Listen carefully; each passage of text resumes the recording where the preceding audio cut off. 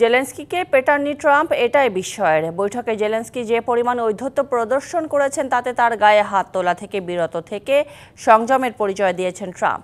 সামাজিক যোগাযোগ মাধ্যম টেলিগ্রামে পোস্ট করা এক বার্তায় এমন মন্তব্য করেন রাশিয়ার পররাষ্ট্র মন্ত্রণালয়ের মুখপাত্র মারিয়া জাখারোভা। জেলেনস্কিকে অকৃতজ্ঞ আখ্যা দিয়ে তৃতীয় বিশ্বযুদ্ধ সৃষ্টির পথে হাঁটছেন বলে মন্তব্য করেন ট্রাম্প।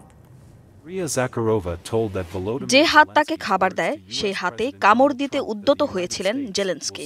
টেলিগ্রাম পোস্টে এ প্রসঙ্গে রাশিয়ার পররাষ্ট্র মন্ত্রণালয়ের মুখপাত্র মারিয়া জাখারোভা বলেন, জেলেনস্কি এ পর্যন্ত যত মিথ্যে বলেছেন সেসবের মধ্যে সবচেয়ে বড় মিথ্যে ছিল 2022 সালে যুদ্ধ শুরুর সময় কিয়েভ একা ছিল এবং কেউ তার পাশে ছিল না।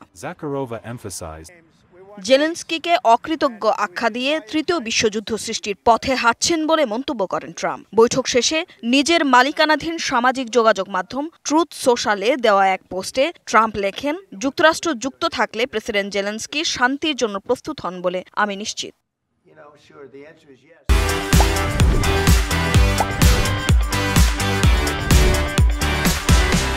বৈঠকে জেলেনস্কি বলেন, যুদ্ধবিরতি চাইলেও পুতিনের সঙ্গে কোনো আপোষে যেতে চান না তিনি। পুতিনের নাম উল্লেখ করে তাকে খুনি হিসেবে আখ্যা দেন জেলেনস্কি। পুতিনের বিষয়ে ট্রাম্পের নমনীয় অবস্থানেও সমালোচনা করেন জেলেনস্কি।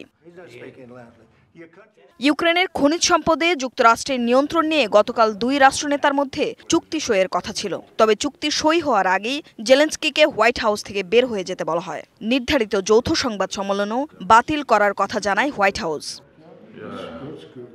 যুক্তরাষ্ট্রের প্রেসিডেন্ট ডোনাল্ড ট্রাম্পের সঙ্গে উত্তপ্ত বাক্য বিনিময়ের পর দেশটির সঙ্গে নিজের সম্পর্ক ঝালাই করে নেওয়ার আশা ব্যক্ত করেছেন ইউক্রেনের president Volodymyr Zelensky. Tumpa Tarafdar, DBC news desk.